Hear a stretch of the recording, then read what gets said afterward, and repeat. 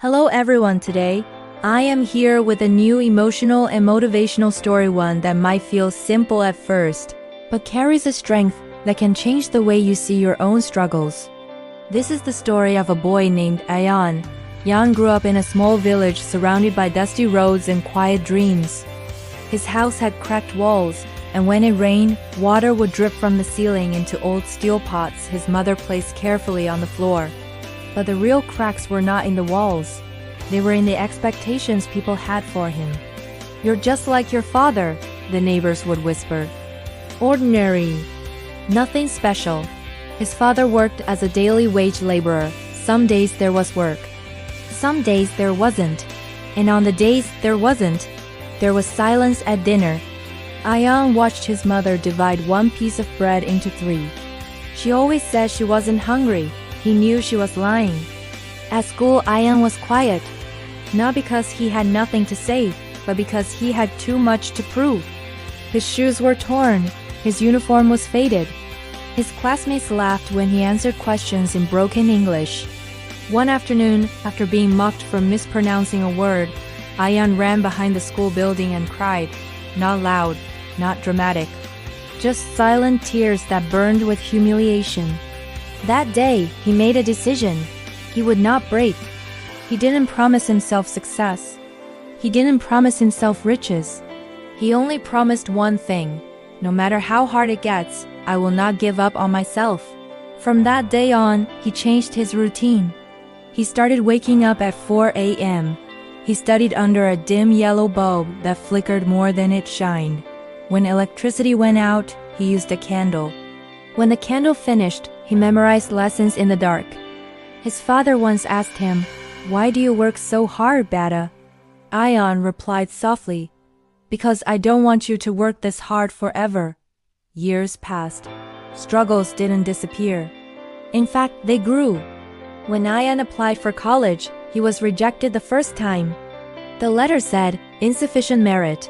He stared at that sentence for a long time. Insufficient merit. It felt like the world had stamped him with those words. For 2 days, he did nothing. He didn't study. He didn't speak. He just sat outside his house watching people pass by. He thought about giving up. Maybe the neighbors were right. Maybe he was ordinary. But on the third morning, his mother placed her rough hand on his shoulder and said, "Son, if doors don't open, it doesn't mean you stop knocking." That was enough. He applied again. He studied harder. He improved his English by listening to old radio programs. He borrowed books from a teacher who secretly believed in him. The next year, a letter arrived again. This time he said, "Congratulations." Ayaan didn't scream. He didn't jump. He just closed his eyes and whispered, "Thank you." College was another battlefield. Students there spoke confidently. They wore expensive clothes. They had connections. Ayaan had none of that, but he had something stronger: hunger. Not just hunger for food. Hunger to prove that circumstances do not define destiny. He failed his first semester. Yes, he failed. The old doubts returned like ghosts. Maybe you don't belong here. But remember his promise? He refused to break. He repeated the semester. He asked questions even when people laughed. He practiced speaking English in front of a mirror. He worked part-time at night to pay his fees.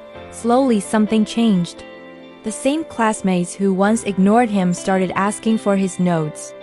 The same professors who barely noticed him began praising his persistence.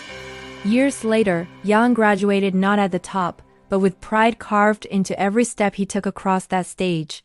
His father was in the audience, wearing the only clean shirt he owned. His mother cried quietly. But the real victory wasn't the degree. It was the journey from insufficient merit to "I refuse to quit." Ayaan later became a teacher in his village.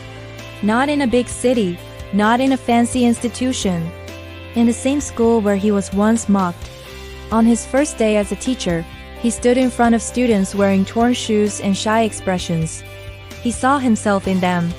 He wrote one sentence on the board: "Your beginning does not decide your ending." And as he turned around, he smiled. Because he knew something the world often forgets. Success is not about being the smartest. It is not about being the richest.